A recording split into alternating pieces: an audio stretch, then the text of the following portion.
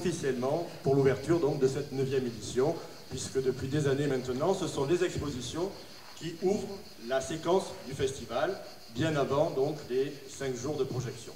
Je vais laisser la parole à Jérôme, qui va vous parler de son monde, puisque c'est l'exposition Jérôme Malquier, mais c'est l'art et le monde du manga, et ce sera le plus à même de vous en parler. Voilà. Merci bien, bonjour à tous. C'est vrai que c'est un thème qui est un petit peu particulier peut-être dans ce festival, l'art du manga. Alors le mot manga, ça veut dire beaucoup de choses. Bien entendu, tout le monde sait qu'aujourd'hui, on parle beaucoup de manga pour les bandes dessinées japonaises. Il faut peut-être plus comprendre ce titre comme l'art du manga dans le sens style de trait. Et pour me détailler un petit peu le parcours que j'ai pu avoir, moi j'ai grandi dans les années 80, donc à l'arrivée des tout premiers dessins animés japonais, en l'occurrence en France, avec des titres comme Goldorak, qui va certainement parler à certains d'entre vous. Et j'ai grandi avec ça et ça m'a appris à dessiner. J'ai pas eu la chance d'avoir de professeur, j'ai pas eu la chance aussi d'avoir des ateliers ou des cours comme ça pour me former à ça. J'ai dû apprendre en regardant beaucoup la télévision et puis en essayant de copier, un peu comme Guy Degraine là, dans les publicités qui dessinait des assiettes dans les marges, voilà, c'est ça, dans les publicités.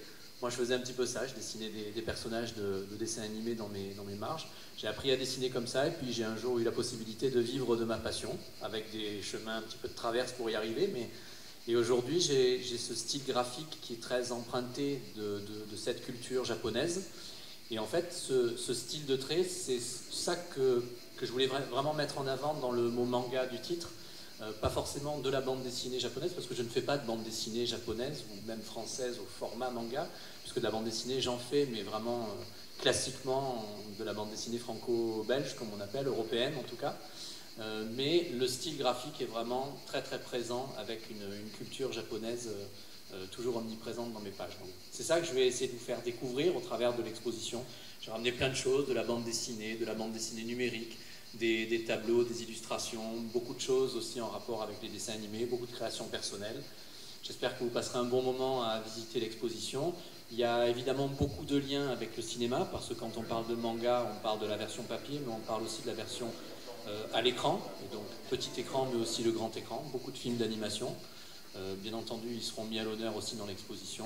Voilà, je vous laisse découvrir l'expo. N'hésitez pas si vous avez les moindres questions par rapport à ce travail-là. Je serais ravi de le partager avec vous. Comme quand j'étais petit, j'aurais adoré pouvoir avoir des gens qui faisaient un peu ce métier-là pour le partager avec moi. Voilà.